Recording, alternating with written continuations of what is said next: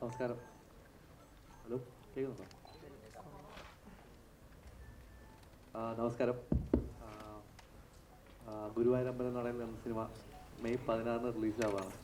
അപ്പോൾ ഞങ്ങളൊരു 1.5 വർഷമായിട്ട് ഇതിൻ്റെ പുറകിൽ വർക്ക് ചെയ്യുന്ന എല്ലാവരും ഈ കാണുന്ന ക്രൂ, കാസ്റ്റ്, ഈ പറഞ്ഞ പോലെ പ്രൊഡ്യൂസേഴ്സ്, അതിൻ്റെ എല്ലാ ഗ്രൂപ്പ് മെമ്പേഴ്സും എല്ലാ ഡിപ്പാർട്ട്മെൻറ്റും 1.5 വർഷമായിട്ട് ഈ സിനിമയ്ക്ക് വേണ്ടി കഷ്ടപ്പെടുന്നുണ്ട്. അപ്പം ഇത് ശരിക്കും ഒരു വലിയ സിനിമയായി മാറുന്ന ഈ കാസ്റ്റിൻ്റെ ഒരു ഇത്രയും ആൾക്കാർ വരുന്നു, ഇത്രയും അഭിനേതാക്കൾ വരുന്നതുകൊണ്ടാണ് ഇത്രയും വലിയൊരു സിനിമയായിട്ടത് മാറുന്നത്. പക്ഷേ അതിന് പ്രവർത്തിച്ച ടെക്നീഷ്യൻസിനെ നമ്മൾ ഒരിടത്തും മെൻഷൻ ചെയ്തിട്ട് എല്ലാം പുതിയ ആൾക്കാരാണ്. അപ്പോൾ നമ്മളിപ്പോൾ മറ്റു പടങ്ങൾ വെച്ച് കമ്പയർ ചെയ്യുമ്പോൾ ഇപ്പോൾ ക്യാമറാമാൻ ഫസ്റ്റ് പടമാണ് നീരജ് രവി, നമ്മുടെ ആർട്ട് ഡയറക്ടറിങ് കമ്പാരിറ്റീവ്ലി പുതിയ ആളാണ് സുനിൽ കുമാരൻ എന്ന് പറഞ്ഞ ആൾ, മ്യൂസിക് അങ്കിത് മേനോൻ, പുള്ളി ഓൾമോസ്റ്റ് 1-2 പടങ്ങളായിട്ടുള്ളൂ. അപ്പം ഈവൻ എല്ലാവരും ഓൾമോസ്റ്റ് ടെക്നീഷ്യൻസ് എല്ലാം പുതിയ ആൾക്കാരാണ് നമ്മൾ വർക്ക് ചെയ്യുന്നത്. അപ്പം അതിൻ്റെ ഒരു മെയിൻ അഡ്വാൻറ്റേജ് എനിക്ക് അവരെല്ലാം ഈ 1.5 വർഷത്തേക്ക് കിട്ടിയെന്നുള്ളതാണ്. അപ്പം ഈ സിനിമ അവരുടെ കൂടെ സിനിമയാണ്. അപ്പം അവർക്ക് ഞാനൊരു താങ്ക്സ് പറയാൻ ഈ സ്പേസ് ഞാൻ യൂസ് ചെയ്യണം. കൂടെ എല്ലാവരും ഈ സിനിമ കാണണം എന്ന് ഞാൻ അഭ്യർത്ഥിക്കുന്നു. Thank you. നമസ്കാരം. ആദ്യം തന്നെ എത്താൻ വൈകിയതിൽ ഒരുപാട് സോറി. ഞങ്ങളെല്ലാവരും ഇന്ന് രാവിലെയാണ് എത്തിയത് ദോഹയിൽ നിന്ന്. അപ്പോൾ പലരും എയർപോർട്ടിൽ നിന്ന് അവരുടെ വീടുകളിൽ പോയി റെഡിയായൊക്കെ വരാനുള്ള താമസമായിരുന്നു. അതിന് കാത്തിരുന്നതിന് താങ്ക് യു സോ മച്ച്. ഗുരുവായൂരമ്പലം നടയിൽ എന്ന് പറയുന്നത് E4 എൻ്റർടൈൻമെൻറ്റും ഞാനും അസോസിയേറ്റ് ചെയ്യുന്ന 3ാമത്തെ സിനിമയാണ്. ഞങ്ങൾ ആദ്യം എസ്ര എന്ന സിനിമ ചെയ്തിരുന്നു. അതിനുശേഷം ഒരു ഡയറക്റ്റ് ടു സ്ട്രീമിംഗ് സർവീസ് കൊടുത്ത ഭ്രമം എന്ന സിനിമയും.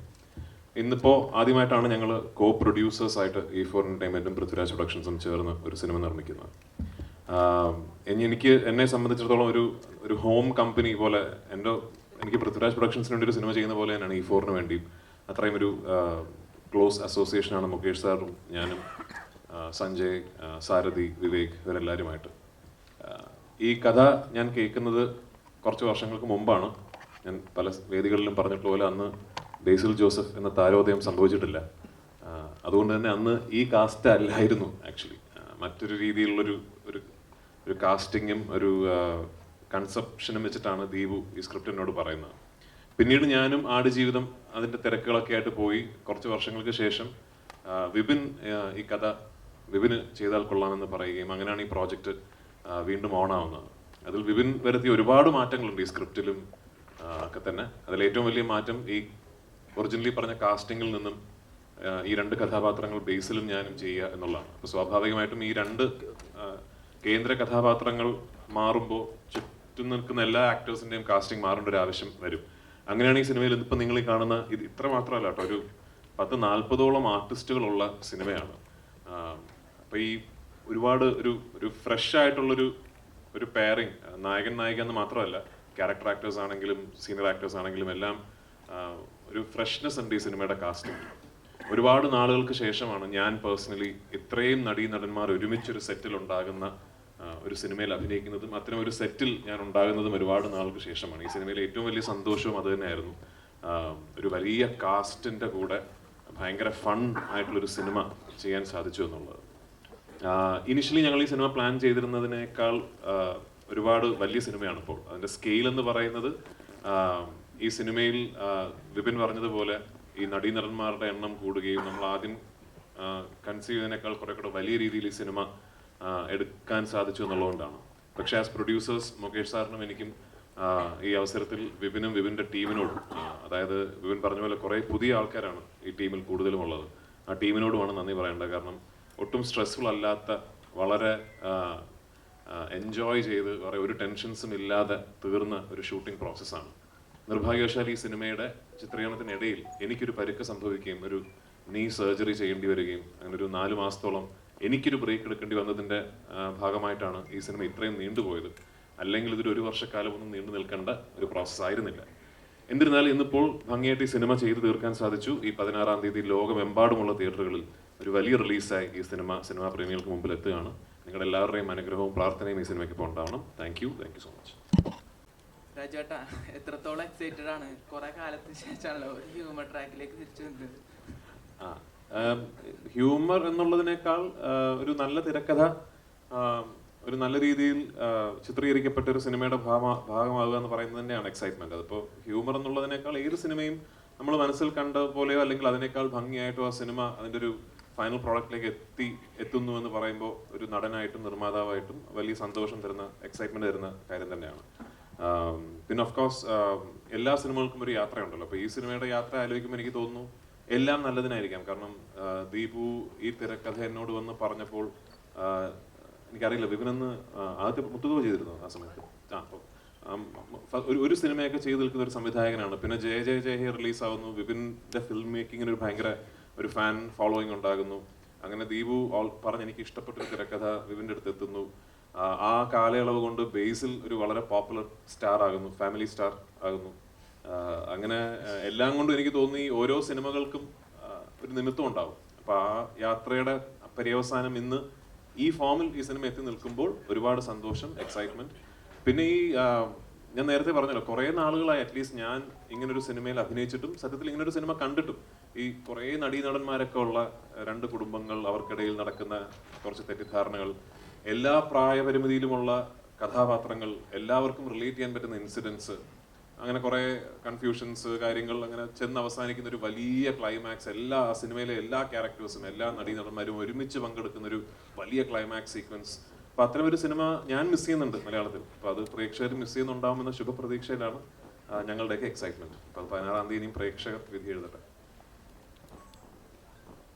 അയ്യപ്പൻ കോശി, ഡ്രൈവിംഗ് ലൈസൻസ്, മഹേഷിന്റെ പ്രതികാരം, അത്തരത്തിലൊരു ചിത്രമാണോ ഈ ഗുരുവായൂർ അമ്പലനടയിൽ? അല്ല, ഇത് ആ സിനിമകളുടെ ഒരു കോർ എലിമെന്റ് അല്ല ഈ സിനിമയുടെ ഇത്. പക്ഷേ ഈ സിനിമയിലും രണ്ട് ഫ്ലോഡ് ആയിട്ടുള്ള ആൾക്കാരാണ് ഇതിലെ രണ്ട് പ്രധാന പ്രൊട്ടാഗണിസ്റ്റുകൾ. ഇപ്പോൾ അയ്യപ്പനും കോശിയും എന്ന് പറഞ്ഞാൽ നമ്മൾ ഒറ്റ നോട്ടത്തിൽ കോശി കുര്യൻ വില്ലനും അയ്യപ്പൻ നായർ നായകനും എന്ന് തോന്നിയാലും സത്യത്തിൽ നമ്മൾ ഒന്ന് അനാലിറ്റിക്കലായിട്ട് ചിന്തിച്ചാൽ രണ്ടുപേരും കുഴപ്പം പിടിച്ച ആൾക്കാരാണ്. രണ്ടുപേരും ഫ്ലോഡ് ആയിട്ടുള്ള ഹ്യൂമൻസ് ആണ്. അപ്പൊ അവർക്കിടയിൽ സംഭവിക്കുന്ന കുഴപ്പങ്ങളാണല്ലോ. ആ സിമിലാരിറ്റി ഉണ്ട് ഇതില് വിനു എന്ന ബേസിലെ കഥാപാത്രവും ആനന്ദൻ എന്ന ഞാൻ ചെയ്യുന്ന കഥാപാത്രവും അടിസ്ഥാനപരമായിട്ട് ഫ്ലോഡ് ആയിട്ടുള്ള ആൾക്കാരാണ്. അവർക്ക് ഒരുപാട് കുഴപ്പങ്ങളുള്ള കക്ഷികളാണ്. അപ്പൊ അവർക്കിടയിൽ ഉണ്ടാകുന്ന പ്രശ്നങ്ങൾക്കും ആ കുഴപ്പങ്ങളുടെ ഒരു സ്വഭാവമുണ്ട് എന്നുള്ളതിനപ്പുറത്തേക്ക് ആ പറഞ്ഞ സിനിമകളുമായിട്ട് അങ്ങനെ കമ്പയർ ചെയ്യാൻ പറ്റുന്ന ഒരു സ്വഭാവമില്ല ഈ സിനിമയ്ക്ക്. ആനന്ദൻ ഒരു സൈക്കോ ആണ്. സൈക്കോ അത് ആനന്ദിനെ ആര് കാണുന്നു എന്നനുസരിച്ചിരിക്കും. മോൻ കണ്ടാൽ ചിലപ്പോൾ സൈക്കോ ആയിട്ട് തോന്നിയേക്കാം. ഈ ബേസിൽ ഇപ്പം എന്താണ് റീസെന്റ് ഇപ്പൊ ഒരു ഡയറക്ടർ എന്ന നിലയിൽ ഒരുപാട് അച്ചീവ്മെന്റ്സ് കാര്യങ്ങളൊക്കെ അതിന് ശേഷം ഈ നേരത്തെ പറഞ്ഞ പോലെ ഒരു ഫാമിലി സ്റ്റാർ എന്ന നിലയിൽ ഇപ്പം മലയാളത്തിൽ നിൽക്കുകയാണ്. ഇപ്പൊ പൃഥ്വിരാജിനെ പോലെ ഒരു ആക്ടറിന്റെ കൂടെ അഭിനയിച്ചത് കരിയറിൽ ഒരു അച്ചീവ്മെന്റ് ആയിട്ട് കരുതുന്നുണ്ടോ?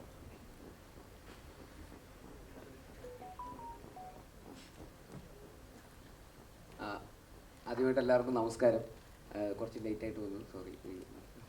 ഉറങ്ങിപ്പോയി. രാവിലെ പറഞ്ഞ പോലെ വന്നതാണ്. അപ്പോൾ അത് കാരണം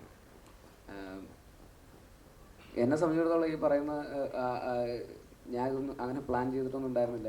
ആക്ച്വലി ദീപു കുഞ്ഞിരാമായണം എന്ന് പറയുന്ന സിനിമ എഴുതിയത് ദീപുവാണ്, ഇതിൻ്റെ റൈറ്റർ ദീപുവാണ്. അപ്പോൾ കുഞ്ഞിരാമായണമൊക്കെ കഴിഞ്ഞ് ഗോതയുടെ പ്രീ പ്രൊഡക്ഷനൊക്കെ നടക്കുന്ന സമയം തൊട്ട് ദീപു ഗുരുവായൂർ അമ്പലനടയിലിൻ്റെ സിനിമയെക്കുറിച്ചും അന്ന് പല ആർട്ടിസ്റ്റ് കോമ്പിനേഷൻ അതിനെക്കുറിച്ചൊക്കെ സംസാരിക്കാറുണ്ടായിരുന്നു. അപ്പോൾ ഈ രണ്ട് ആർട്ടിസ്റ്റുകൾ അന്നും ഇതിൻ്റെ അതൊരു മെയിൻ പ്രൊട്ടഗണിസ്റ്റുകളായിട്ടുള്ള രണ്ട് ആർട്ടിസ്റ്റുകളാണ്. അപ്പോൾ രണ്ടളിയന്മാർ. അപ്പോൾ ഇതന്ന് ഇങ്ങനെ ഈ ആർട്ടിസ്റ്റ് മറ്റേത് ആൾ എന്നൊക്കെ പറഞ്ഞ് അങ്ങനെ പല സംസാരങ്ങളും ഞാനും സജഷൻസൊക്കെ പറയുമായിരുന്നു ഇങ്ങനെയൊക്കെ. അത് കഴിഞ്ഞ് ഒരു 6-7 വർഷം കഴിഞ്ഞപ്പോൾ, ഒരു 6 വർഷമൊക്കെ കഴിഞ്ഞപ്പോൾ ആ ആർട്ടിസ്റ്റിൻ്റെ സ്ഥാനത്ത് ഞാൻ വരുമെന്ന് ഞാൻ ഒരിക്കലും പ്രതീക്ഷിച്ചില്ല.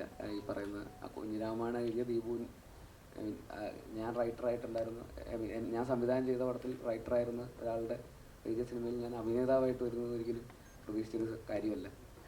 അപ്പോൾ അതൊരു ഭയങ്കര എക്സൈറ്റ്മെൻ്റ് ആയിരുന്നു. പിന്നെ ബിപിൻ ചേട്ടൻ ജയ ജയ കഴിഞ്ഞിട്ട് ഞാൻ ഫാലിമിയുടെ ഷൂട്ട് നടക്കുമ്പോഴാണ് ഇതിൻ്റെ സബ്ജക്റ്റ് ഇങ്ങനെ ഒരു സബ്ജക്റ്റ് ഉണ്ടെന്ന് പറഞ്ഞ് വിളിക്കുന്നത്. അപ്പോൾ കൂടുതൽ എക്സൈറ്റ്മെൻ്റ് ആയി. കാരണം ബിൻചേട്ടനായിട്ട് വീണ്ടും ഒരു സിനിമ ചെയ്യാന്നുള്ള. അപ്പോൾ പിന്നെ ദീപുവിൻ്റെയും കൂടെ സ്ക്രിപ്റ്റാണ്.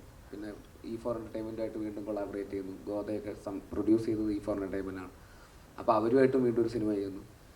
അത് കഴിഞ്ഞിട്ട് 2-3 ആഴ്ച കഴിഞ്ഞിട്ട് വിപിൻ ചേട്ടൻ വിളിച്ചിട്ട് പറഞ്ഞു രാജുവേട്ടനാണ് മറ്റേ ക്യാരക്ടർ ചെയ്യുന്നതെന്ന് പറഞ്ഞു. അപ്പോൾ ഞാൻ ഭയങ്കര എക്സൈറ്റഡ് ആയി. കാരണം എനിക്ക് പേഴ്സണലി ഞാൻ ഭയങ്കരമായിട്ട് അഡ്മയർ ചെയ്യുന്ന ഒരാളാണ് രാജുവേട്ടൻ. അദ്ദേഹത്തിൻ്റെ ഓൺ സ്ക്രീനും ഓഫ് സ്ക്രീനും ഒക്കെ ആയിട്ടും പല രീതിയിലുള്ള as an actor, as A director, as A producer, as A distributor ഇതെങ്ങനെ സാധിക്കുന്നു എന്നുള്ളതാണ് ഞാൻ ഇങ്ങനെ എപ്പോഴും ഞാൻ ഇതിൻ്റെ സെറ്റിലൊക്കെ വരുമ്പോൾ ഞാൻ ഇങ്ങനെ ചോദിച്ച് മനസ്സിലാക്കാൻ ശ്രമിക്കാറുണ്ട്. എനിക്ക് പേഴ്സണലി ഈ പറയുന്ന സംവിധായകൻ, നടൻ എന്ന് പറയുന്ന 2 റെസ്പോൺസിബിലിറ്റി മാനേജ് ചെയ്യാൻ പേഴ്സണലി ഭയങ്കര ബുദ്ധിമുട്ടാണ്. 2 ഈക്വൽ റെസ്പോൺസിബിലിറ്റീസ് ആയതുകൊണ്ട്. പക്ഷെ ഇതൊന്നും പോരാതെ കൺസിസ്റ്റൻ്റ് ആയിട്ട് കണ്ടിന്യൂസ്ലി ഇങ്ങനെ സക്സസ് ഡെലിവർ ചെയ്യുന്ന ഒരാളെന്നുള്ള രീതിയിൽ എനിക്ക് ഭയങ്കര റെസ്പെക്റ്റ് ഉണ്ട്. അപ്പോൾ അദ്ദേഹത്തിൻ്റെ കൂടെ ഒരു സിനിമയിൽ ഇങ്ങനെ ഒരു പ്രൊട്ടഗണിസ്റ്റായിട്ട് ഉള്ളൊരു റോള്, അങ്ങനെ ഈക്വലി ഇമ്പോർട്ടൻ്റ് ആയിട്ടുള്ള ഒരു റോള് ചെയ്യാൻ പറ്റുക എന്ന് പറയുന്നത് ഭയങ്കര എന്താ പറയുക, ഭയങ്കര അഭിമാനം തോന്നിയൊരു കാര്യം തന്നെയായിരുന്നു. അപ്പോൾ അതിന് ഒരുപാട് സന്തോഷം. ഇങ്ങനൊരു വേദിയിൽ അവസാനം എല്ലാവരും കൂടി ഇങ്ങനെ ഇരിക്കുന്നു, ഒരുമിച്ചിരിക്കുന്നു. 16-ാം തീയതി റിലീസാവുന്നു. എല്ലാവരും കണ്ടിട്ട് അഭിപ്രായങ്ങൾ അറിയിക്കുക. Thank you. ഈ ക്യാരക്ടർ ചേഞ്ചിങ് എന്ന് പറഞ്ഞിരുന്നു, ആദ്യത്തെ ബേസിലിൻ്റെ ആണ് ചേട്ടൻ ചെയ്യുന്നത്. അപ്പോൾ ഈ പടം കണ്ടു കഴിഞ്ഞപ്പോൾ ബേസിൽ എന്നെക്കാട്ടി കൂടുതൽ സ്കോർ ചെയ്തു, എനിക്കത് ചെയ്യാമായിരുന്നു എന്ന് തോന്നിയായിരുന്നു. 2 ക്യാരക്ടർ കൊണ്ട് ഒരാൾക്ക് ചെയ്യാൻ പറ്റില്ലല്ലോ. അല്ല, ബേസിൽ ആദ്യത്തെ ക്യാരക്ടർ ചേട്ടൻ ചെയ്യാൻ വെച്ചാണല്ലോ ബേസിൽ കൊടുത്തത്. ഈ അന്ന് എന്നോട് ഇപ്പം ഞാൻ ആദ്യമായിട്ട് ദീപു ഈ കഥ എന്നോട് പറഞ്ഞപ്പോൾ ബേസിലെ കഥാപാത്രം ഞാൻ ചെയ്ത കഥാപാത്രം മറ്റൊരു നടനുമാണ്. അപ്പോൾ അതാരാണെന്ന് പറയുന്നില്ല. അപ്പോൾ അന്ന് ഈ സിനിമ നമുക്ക് കുറച്ച് കഴിഞ്ഞിട്ട് ചെയ്യാം, ഇപ്പോൾ ഉടനെ ചെയ്യേണ്ട, കുറച്ച് കഴിഞ്ഞിട്ട് ചെയ്യാമെന്ന് ഞാൻ പറഞ്ഞതിൻ്റെ പ്രധാന കാര്യം തന്നെ ആ കാസ്റ്റ് ഒന്ന് ഫ്രഷ് ആകണം, അല്ലെങ്കിൽ ഒരു റെപ്പറ്റീഷൻ ഫീൽ ചെയ്യും, കുറച്ച് ഫ്രഷ് ആയിട്ട് വേണം അത് ചെയ്യാൻ എന്നുള്ള ഇതിലാണ് ഞാൻ കുറച്ച് കഴിഞ്ഞിട്ട് ചെയ്യാമെന്ന് പറഞ്ഞത്. ഞാൻ വിപിൻ്റെ വേർഷൻ പറഞ്ഞപ്പോൾ എനിക്ക് ഏറ്റവും കൂടുതൽ ഒരു ഫസ്റ്റ് ഡ്രാഫ്റ്റിൽ നിന്നും എനിക്ക് ഏറ്റവും അട്രാക്റ്റീവായിട്ട് തോന്നിയത് ഈ കാസ്റ്റ് ചേഞ്ച് തന്നെയാണ്. കാരണം അങ്ങനെ ഞാൻ ആ കഥയെക്കുറിച്ച് ചിന്തിച്ചിരുന്നില്ല. ഞാൻ ആനന്ദനായിട്ടും മറ്റൊരാൾ വിനുവായിട്ടും, പ്രത്യേകിച്ച് ബേസിൽ വിനുവായിട്ട് ഞാൻ ചിന്തിച്ചിരുന്നില്ല. ആ ഐഡിയ വിപിൻ്റെയാണ്. അപ്പോൾ ആക്ച്വലി എനിക്ക് തോന്നുന്നത് ഈ സിനിമയുടെ ഏറ്റവും നല്ല വേർഷനാണ് ആനന്ദൻ ഞാൻ ചെയ്യുന്നതും വിനു ബേസിൽ ചെയ്യുന്നത്. അതുകൊണ്ട് തന്നെ ബേസിൽ അത് വളരെ മനോഹരമായിട്ട് ചെയ്തിട്ടുണ്ട് എന്നുള്ളത് കൊണ്ടും അത് കണ്ടപ്പോൾ ഞാനത് ചെയ്യണമായിരുന്നു എനിക്ക് തോന്നിയിട്ടേ ഇല്ല. ഞാൻ ആനന്ദൻ എന്ന കഥാപാത്രത്തിന് ഞാനൊരു ആപ്റ്റ് കാസ്റ്റ് ആണ് എന്ന് എനിക്ക് തന്നെ ഇപ്പോൾ സിനിമ കാണുമ്പോൾ തോന്നുകയാണ്. അപ്പോൾ അത് വിപിൻ്റെ കഴിവ്.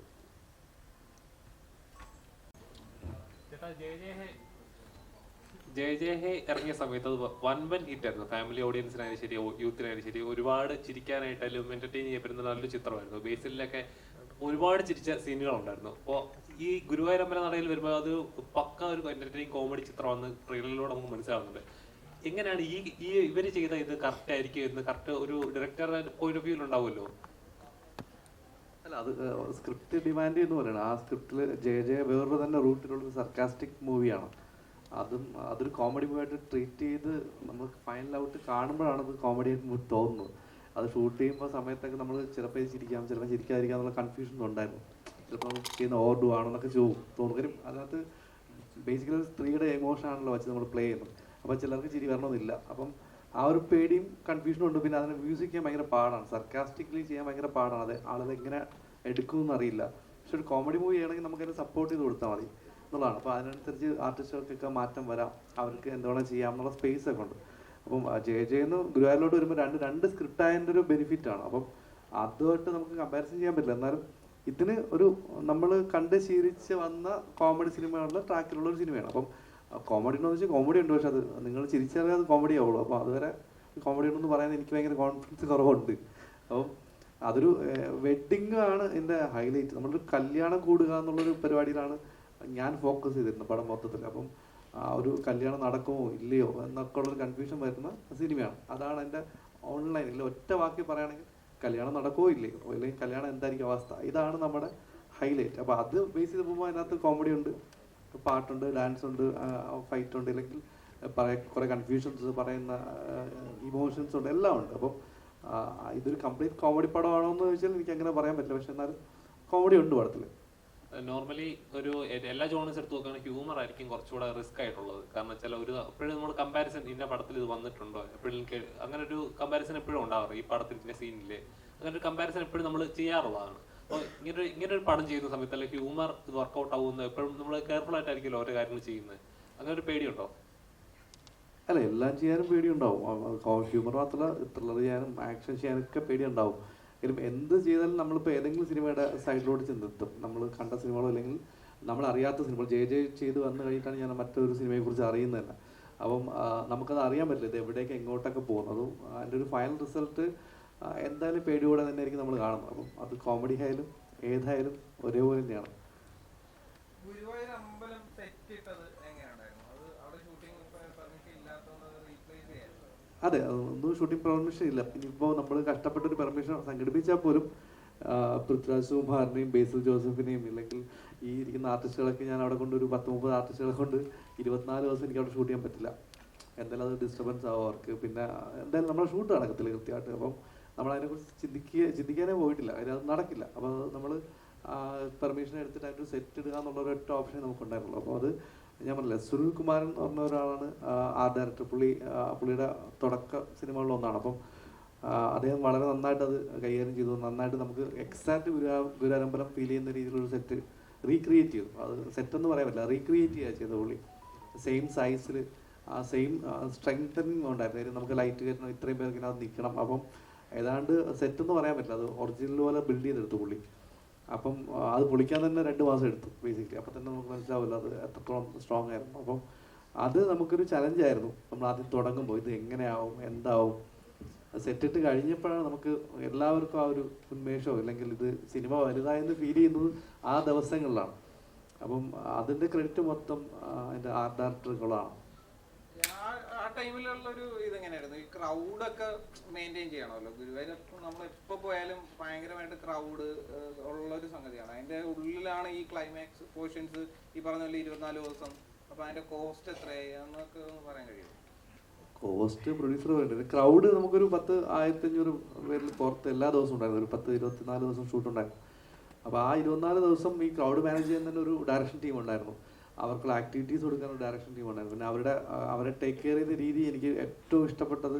P4-ഉം പൃഥ്വിരാജ് പ്രൊഡക്ഷൻസും ഞാൻ അതിൽ ഭയങ്കരമായിട്ട് അഭിമാനിക്കുന്നുണ്ട്. അവർ ജൂനിയേഴ്സിനെ ട്രീറ്റ് ചെയ്ത രീതി, അവർക്ക് ഉണ്ടായിരുന്ന ഫുഡ്, എല്ലാ ദിവസവും ഞങ്ങളെക്കാൾ നല്ല ഫുഡ് അവർക്കാണ് കിട്ടിക്കൊണ്ട്. അവർക്ക് സെപ്പറേറ്റ് കേറ്ററിംഗ് സർവീസിൽ നിന്നുള്ള നോൺ വെജ് ഉൾപ്പെടെയുള്ള നല്ല ഫുഡും എല്ലാം അവർക്ക് കൊടുത്തായിരുന്നു. പ്ലസ് അവർക്കുള്ള ടോയ്ലറ്റ് സർവീസുകൾ, അവർക്ക് വേണ്ടി സെപ്പറേറ്റ് ടോയ്ലറ്റ്സ് ഉണ്ടാക്കി, ടോയ്ലറ്റ്സ് ഉണ്ടാക്കി, കൗണ്ട് ചെയ്യാൻ പറ്റില്ല അത്രയും ടോയ്ലറ്റ്സ് ഉണ്ടാക്കി. പിന്നെ അവർക്ക് വിശ്രമിക്കാൻ സ്പേസ്, ഫാനൊക്കെ വെച്ചിട്ട് അങ്ങനെ എല്ലാം സെറ്റ് ചെയ്ത് അവരെ നന്നായിട്ട് കെയർ ചെയ്തു എന്ന് എനിക്ക് തോന്നുന്നുണ്ട്. അപ്പം അത് എല്ലാ സിനിമയിലും സാധ്യമല്ല. പക്ഷേ അതിന് വേണ്ടി തന്നെ ഒരു ഡിപ്പാർട്ട്മെൻറ്റ് ഈ ജൂനിയേഴ്സിനെ ഹാൻഡിൽ ചെയ്യാനും അവരെ കെയർ ചെയ്യാനും അവർക്ക് കൊണ്ട് കാര്യങ്ങൾ എത്തിക്കാനും ഒക്കെ ആയിട്ട് E4-ന്റെ സൈഡിൽ നിന്നും പൃഥ്വിരാജ് പ്രൊഡക്ഷൻ്റെ സൈഡിൽ നിന്ന് ഒരു ടീം തന്നെ ഉണ്ടായിരുന്നു. ഒരു ജൂനിയേഴ്സിനെ കോർഡിനേറ്റ് ചെയ്യാൻ. അതൊരു വലിയ ഭയങ്കര ഒരു പ്ലാനായിട്ട് തോന്നി. അതൊരു സിസ്റ്റമാറ്റിക് ചെയ്യുന്നതിൻ്റെ ഒരു എവിഡൻസ് ആയിട്ട് എനിക്ക് തോന്നുന്നു. അത് എല്ലാ സിനിമയിലും ഇത്രയും ക്രൗഡ് ഉണ്ടെങ്കിൽ അത് ഡെഫിനറ്റ്ലി അടുത്ത സിനിമകളിലും എല്ലാവർക്കും അപ്ലൈ ആവുന്ന ഒരു പരിപാടിയായിട്ട് മാറി. അതൊരു എക്സാമ്പിളായിട്ട് എനിക്ക് തോന്നി. അപ്പോൾ അത് ഭയങ്കര നല്ലൊരു സംഭവമായിട്ട് എനിക്ക് തോന്നി. അപ്പം ആ ക്രൗഡിനെ ഹാൻഡിൽ ചെയ്യാൻ എനിക്ക് കുറച്ചുകൂടി ഈസി ആയിരുന്നു. കാര്യം അവർ വരുന്നത് തന്നെ ഇങ്ങനെ ട്രീറ്റ് ചെയ്തിട്ടാണ് വരുന്നത് ആൾക്കാർ, നമ്മുടെ ടീമിൻ്റെ. അപ്പോൾ അതിൻ്റെ ഒരു ഗുണമുണ്ടായി എനിക്ക്. അപ്പം ഈ പറഞ്ഞ ക്രൗഡും അതിനകത്ത് സഹകരിച്ചിട്ടുണ്ടെന്ന് തന്നെയാണ് എൻ്റെ വിശ്വാസം.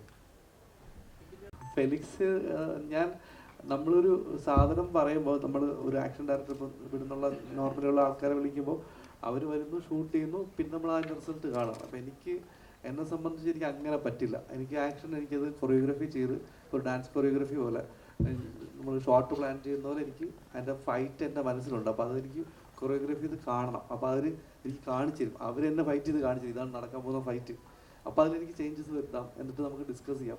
ആ ഡിസ്കഷനിൻ്റെ പുറത്താണ് വീണ്ടും ഒരു ഷൂട്ട് ചെയ്യും. ആ സാധനം ഷൂട്ട് ചെയ്ത് ഞങ്ങളെ കാണിച്ച് ഇതിൻ്റെ ആംഗിൾസ്, കട്ട്സ് എല്ലാം നമ്മൾ ഫിക്സ് ചെയ്ത് എല്ലാം ലോക്ക് ചെയ്ത് പ്രിവ്യൂ നമ്മൾ കണ്ടു. എന്നിട്ടാണ് നമ്മൾ അതിന് ഷൂട്ട് ചെയ്യാൻ പോകുന്നത്. അപ്പോൾ നമുക്ക് ആവശ്യമുള്ള പോർഷൻസ് മാത്രം എടുക്കാൻ പറ്റും. അപ്പം അതിന് എനിക്ക് ഭയങ്കര ഗുണം ചെയ്ത് രാജുവിൻ്റെ ഇഞ്ചുറി ഉണ്ട്. അപ്പം ആ ഇഞ്ചുറി ടൈമിലും പുള്ളി അധികം ബുദ്ധിമുട്ടിക്കാതെ ആവശ്യമുള്ള ഷോട്ടിൽ മാത്രം മാർക്ക് ചെയ്ത് സ്ട്രെസ്സ് കുറച്ച് നമുക്ക് ചെയ്യാൻ പറ്റും. അതിപ്പം ജയിലാണെങ്കിലും സെയിം കണ്ടീഷൻസ് ബേസിലും ദർശനയും ഫൈറ്റ് ചെയ്തപ്പോൾ ഉണ്ടായിരുന്നു.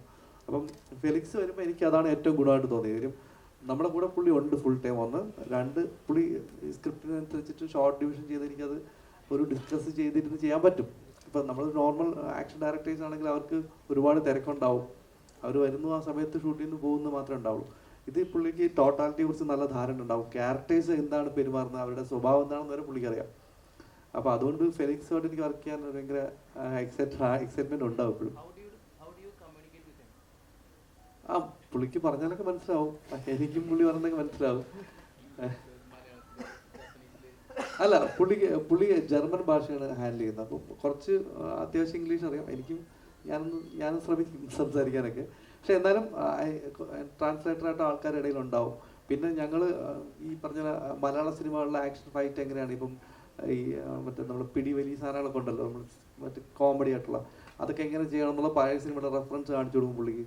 പുള്ളി അതിൽ കുറച്ച് നേരം പണിയെടുക്കുന്നുണ്ട് പുള്ളി. അപ്പം സിനിമ എന്ന് പറയുന്ന ഭാഷ ഒരു വിഷയമല്ലെന്ന് നമുക്കറിയാമല്ലോ, വിഷ്വലാണല്ലോ. അപ്പോൾ അത് വിഷ്വലും സൗണ്ടിലും നമ്മളത് ട്രീറ്റ് ചെയ്യുമ്പോൾ അത് ഇനിയിപ്പം എത്ര ഭാഷ അറിയാത്ത ഒരാളെ നമുക്ക് എവിടെയും കൊണ്ടുപോയി പിച്ച് ചെയ്യാൻ പറ്റും എന്നുള്ള ഉറപ്പാണ്. അത് ഫെലിക്സ് പ്രൂവ് ചെയ്തിട്ടുണ്ട്.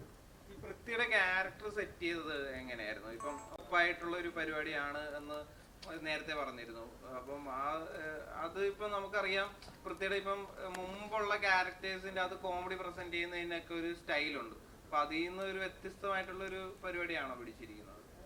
അല്ല, അങ്ങനെ വ്യത്യസ്തമാക്കാൻ വേണ്ടി ശ്രമിച്ചിട്ടൊന്നുമില്ല. കാര്യം ഈ സിനിമ കുറച്ച് ആളുകൾക്ക് റിലേറ്റ് ചെയ്യണമെന്നുണ്ട്. പിന്നെ ഇത് ശരിക്കും നമ്മൾ ഈ താരങ്ങളെ നമ്മൾ താരങ്ങളായിട്ട് കാണുന്നൊരു സിനിമ തന്നെ ഇരിക്കുന്നത്. പൃഥ്വിരാജ് ആണെങ്കിലും ബേസിലാണെങ്കിലും നിഖിലയാണ് അനുശ്വരാണെന്നൊക്കെ നമ്മൾ ഫീൽ ചെയ്യുന്ന ഒരു സിനിമയായിരിക്കും. അത്രയും ഭയങ്കര ക്യാരക്ടർ പിടിക്കാനുള്ള സിനിമയല്ല. നമ്മളൊരു കല്യാണം കൂടാൻ പോകുന്നൊരു സിനിമയാണ്. അപ്പം ആ ഒരു വൈബിൽ പോകുന്നതുകൊണ്ട് നമുക്ക് ഒരുപാട് ക്യാരക്ടർ ചേഞ്ച് ഒന്നും വരുത്താൻ പറ്റില്ല. എന്നാലും ആ ക്യാരക്ടർ ഡിമാൻഡ് ചെയ്യുന്നത് അങ്ങനെ പ്രസന്റ് ചെയ്യണമെന്നാണ്. അപ്പം എന്നാലും സിനിമയുടെ പിന്നോടുള്ള പോക്കിന് ഗുണകരമാവുള്ളൂ. കാര്യം നമ്മൾ ഭയങ്കര റിയലിസ്റ്റിക് ആയിട്ട് പടം പിടിച്ചാൽ അവസാനം എത്തുമ്പോൾ നമ്മൾ ലോജിക്കൊക്കെ കയ്യിൽ നിന്ന് പോകുന്നുണ്ട് പലയിടത്തും. ആ കയ്യിൽ നിന്ന് പോകുമ്പോൾ ഇതുവരെ കണ്ട സിനിമയിലോ നിങ്ങൾ കാണുന്നതെന്ന് വിചാരിക്കും. അപ്പം അതുകൊണ്ട് സിനിമയിലെ ക്യാരക്ടേഴ്സിനാണെങ്കിലും സിനിമയിലുണ്ട് ആ സീനുകളുടെ കുഞ്ഞു കുഞ്ഞു കാര്യങ്ങളിൽ വരെ നമ്മൾ കുറച്ച് എക്സാജറേറ്റ് ചെയ്തിട്ടാണ് മുന്നോട്ട് പോകുന്നത്. അത് സിനിമയുടെ അവസാനം എത്തുമ്പം ഈ പറഞ്ഞ ലോജിക്കൽ ഇഷ്യൂസ് ഉണ്ടാവാതിരിക്കാനാണ്. അപ്പം ലോജിക്കൽ ഇഷ്യൂസ് എന്തായാലും ഉണ്ടാവും. ആ ലോജിക്ക് മാറ്റി വെച്ചിട്ട് സിനിമ കാണേണ്ടി വരും. ഇപ്പം നമ്മൾ പണ്ട് ഇപ്പം പറക്കത്തളിയോ അല്ലെങ്കിൽ CD മൂവ്സൊക്കെ കാണുന്ന പോലെ ഞാൻ ആ സിനിമ വെച്ച് കമ്പയർ ചെയ്തല്ല, ലോജിക്ക് കുറച്ച് മാറ്റി വെച്ച് കണ്ടാൽ ഇഷ്ടപ്പെടും എന്നുള്ളതാണ്. അപ്പം ആ ലോജിക്ക് ഒഴിവാക്കാൻ വേണ്ടി ഇതിനെല്ലാം ഞാൻ കുറച്ച് റിയൽ ലൈഫിൽ നിന്നും കുറച്ച് അപ്പ് ചെയ്ത് സിനിമ ചെയ്യേണ്ടിയിരിക്കുന്നു. അപ്പം ആ ക്യാരക്ടേഴ്സും അതിനനുസരിച്ച് കുറച്ച് ഓവർ ദ ടോപ്പ് ചെയ്യേണ്ടി വരും. അതിപ്പം നമ്മൾ രാജുവിനെ മാത്രമായിരിക്കും ചിലപ്പോൾ ട്രെയിലർ ടീസർ അങ്ങനെ കണ്ടത്. ഇവിടെ ഇരിക്കുന്ന എല്ലാവരും അതുപോലെ ചെയ്യുന്ന ഇച്ചിരി കിളി പോയാൽ ഇച്ചിരി കാരിക്കേച്ചറായിട്ടുള്ള ക്യാരക്ടേഴ്സ് തന്നെയാണ്.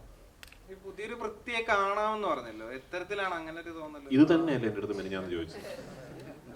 അല്ല, ഞാൻ പറഞ്ഞിട്ടുണ്ട് പുതിയൊരു വൃത്തിയെ കാണാൻ. കാര്യം അന്ന് മുമ്പ് കാലിൽ ഇഞ്ചുറി ഉണ്ടായിരുന്നു, ഇഞ്ചുറിക്ക് ശേഷം ഒരു പുതിയ വൃത്തി. അല്ല, നമ്മൾ ആടുജീവിതത്തിൽ ഞാനത് ശ്രദ്ധിച്ചിട്ടാണ്. അത് നമ്മൾ എൻ്റെ ഒരു സിനിമ പുള്ളി ചെയ്തൊരു ഇതിൽ നമുക്കൊരു നെഗറ്റീവ് ഷെയ്ഡുള്ള എന്നാൽ കോമഡി ഹാൻഡിൽ ചെയ്യുന്ന ആദ്യം അങ്ങനത്തെ ഒരു ജോണറിൽ രാജു ചെയ്തിട്ടില്ല. പിന്നെ ഈ പറഞ്ഞ ബാക്കി കാസ്റ്റ് ബേസിലോട്ടുള്ള കോമോ സീക്വൻസസ്, നിഖിലായിട്ടുള്ള സീക്വൻസസ്, ഇപ്പം ഈ നമ്മളെ അശ്വിൻ, സിജു പോലുള്ള ആൾക്കാർ, പിന്നെ സീനിയേഴ്സ് ആയിട്ടുള്ള ഇങ്ങനെ പല ടൈപ്പ് ഗ്രൂപ്പുകൾ ഇതിനകത്തുണ്ട്. ആർട്ടിസ്റ്റ് വൈസ് ഇവരുടെയൊക്കെ കോമ്പിനേഷൻസ് ഒക്കെ നല്ല രസമായിട്ട് വരും. ഇപ്പം പ്രത്യേകിച്ച് എനിക്ക് ജോമോനും വന്നിട്ടുള്ള ജോമോനും രാജുവായിട്ടുള്ള സീന് നമ്മൾ എഴുതുമ്പം ആ സീൻ എങ്ങനെ ഉണ്ടെന്ന് അറിയില്ല. അത് ലാസ്റ്റ് വിട്ട് നമ്മൾ മാറ്റുന്നു, എന്നിട്ട് ലാസ്റ്റ് വീണ്ടും ഷൂട്ട് ചെയ്യുമ്പോൾ അതെങ്ങനെ ആളുകൾ പെർഫോം ചെയ്യുന്നറിയില്ല, രാജു ആണെങ്കിലും ജോമോനാണെങ്കിലും. പക്ഷെ അത് പെർഫോം ചെയ്തപ്പോൾ വേറൊരു സാധനം വന്നു. അപ്പം അത് എനിക്ക് തോന്നുന്നു അതൊക്കെ ആ സമയത്ത് എക്സ്പ്ലോർ ചെയ്ത സാധനങ്ങളാണ്. അപ്പം എനിക്ക് തോന്നിയിട്ടുള്ളത് രാജു, എൻ്റെ ഒരു പേഴ്സണൽ തിങ്കിങ് ആണ്, രാജു ഭയങ്കര പ്രിപ്പയർ ചെയ്തിട്ട് സിനിമ ചെയ്യുന്ന, ഡയറക്റ്റ് ചെയ്യുന്ന അല്ലെങ്കിൽ അഭിനയിക്കുന്ന ഒരാളാണ്. പക്ഷെ അവിടെ വന്നപ്പം അതുണ്ടായില്ലെന്ന് തോന്നി. അപ്പം അതൊരു പുതിയ കാര്യമായിരിക്കുമല്ലോ. അപ്പോൾ ആ സ്പോട്ടിൽ പുള്ളിക്ക് തോന്നി ഇൻഡ്യൂഷൻ വെച്ചിട്ട് പുള്ളി അഭിനയിച്ചിരിക്കണം. അപ്പോൾ അതൊരു പുതിയ സാധനമായിട്ട് എനിക്ക് തോന്നി. ഇനി അങ്ങനെയാണെന്ന് അറിയില്ല, അത് രാജുവിന് പറയേണ്ടി വരും. ഈ രണ്ട് ഡയറക്ടേഴ്സിനാണല്ലോ, അത് രണ്ട് ഡയറക്ടേഴ്സ് ചുമ്മാ ഉള്ള ഒരു ഡയറക്ടർ അല്ല, മലയാളത്തിൽ തന്നെ സിഗ്നേച്ചർ ക്രിയേറ്റ് ചെയ്ത രണ്ട് ഡയറക്ടേഴ്സ്. അപ്പം അവരെ വെച്ച് ചെയ്യാൻ നേരത്തുള്ള ഇൻപുട്ട് എങ്ങനെയായിരുന്നു? അത് സീൻ അവർ തീരെ ഇൻപുട്ട് എനിക്ക് തരാറില്ല. അവരെനിക്ക് എൻ്റെ അടുത്ത് വന്ന് ഇടപെടാറില്ല. എനിക്ക് തോന്നിയിട്ടുണ്ട് ചിലപ്പോൾ ഞാൻ ഫസ്റ്റ് ഡേ ഒക്കെ വിചാരിക്കുമ്പോൾ എൻ്റെ മനസ്സിൽ രാജു വന്നിട്ട് ആ ഷോട്ട് അങ്ങനെ ഇങ്ങനെ വയ്ക്കണ്ടേ എന്നൊക്കെ പറയുന്ന ഒരാളായിരിക്കും ഞാൻ മനസ്സിൽ വിചാരിച്ചിട്ടാണ് തുടങ്ങുന്നത് ഡേ 1. പക്ഷേ രാജു മോണിറ്റർ ഫ്രണ്ടിൽ പോലും വന്നിരിക്കുന്നില്ല, ആ സ്പോട്ട് കാണുന്നില്ല. അപ്പം ഞാൻ വിചാരിച്ചു എനിക്ക് മനഃപൂർവ്വം മാറിയിരിക്കും തോന്നി. ഞാൻ ഇൻവൈറ്റ് ചെയ്യും, ഇവിടെ വന്നിരിക്കാം അല്ലെങ്കിൽ സ്പോട്ട് കാണണോ എന്നൊക്കെ ചോദിച്ചിട്ട് ഒരു ഗ്രാജുവലിയാണ് ഞങ്ങളോട് സിങ്ക് ആവുന്നത്. അതായത് എനിക്ക് ഡിസ്റ്റർബൻസ് ആവണ്ടെന്ന് പുള്ളി വിചാരിച്ചിട്ടുണ്ടാവും. ബേസിൽ എനിക്ക് പണ്ടേ അറിയാം. ബേസിൽ എന്തും മുഖത്ത് നോക്കി പറയും, പുള്ളിയിലേക്ക് കൊള്ളില്ലെന്ന് തന്നെ പറയും, കൊള്ളാമെങ്കിൽ കൊള്ളാമെന്ന് തന്നെ പറയും. ഇല്ലെങ്കിൽ അവനെ കളിയാക്കലും അവൻ എന്നെ കളിയാക്കലും ചിരിച്ചിട്ട് പോകുന്നതാണ്. അപ്പോൾ അതുകൊണ്ട് പ്രശ്നമില്ല. പക്ഷേ രാജുവിൻ്റെ കാര്യത്തിൽ എനിക്ക് അങ്ങനെ ഒരു പരിചയം ഉണ്ടായിരുന്നില്ല. പക്ഷേ പോകെ പോകെ മനസ്സിലായി നമ്മൾ രണ്ടുപേരും ഏതാണ്ട് ഒരേ സ്വഭാവമുള്ള ആൾക്കാരാണ് ഈ ഇരിക്കുന്നവരെല്ലാവരും. അപ്പോൾ അതുകൊണ്ട് അങ്ങനെ ഒരു പ്രശ്നം വന്നിട്ടില്ല. അവർ നമ്മളെ വർക്കിൽ ഇടപെടുകയോ, പിന്നെ ഡയറക്ടേഴ്സിന് അങ്ങനെ ഒരു ഗുണമുണ്ടല്ലോ, ഡയറക്ടർക്കും ആക്ടർ ആകുമ്പോൾ അവർക്കറിയാം വേറൊരാളുടെ വർക്കിൽ കയറി ഇടപെടാൻ പാടില്ല. അവർ ഒരു വലിയ കാര്യം ചെയ്തുകൊണ്ടിരിക്കുമ്പോൾ അതിനിടയിൽ ഈ ചെറിയൊരു മാറ്റങ്ങളൊന്നും വരുത്താൻ ശ്രമിക്കില്ല എന്നത് എനിക്കറിയാം. അതവരും അതങ്ങനെ മെയിൻറ്റെയിൻ ചെയ്യുന്നുണ്ട്. അപ്പം ഒരിക്കലും ഡയറക്ടേഴ്സ് ഒരിക്കലും വേറൊരു ഡയറക്ടർ ഡിസ്റ്റർബ് ചെയ്യില്ലെന്ന കാര്യം എനിക്ക് ഉറപ്പാണ്. അപ്പോൾ അത് രണ്ടുപേരും ആ ഒരു അകലം നമ്മളിന്ന് എപ്പോഴും സൂക്ഷിക്കുന്നുണ്ടാവും.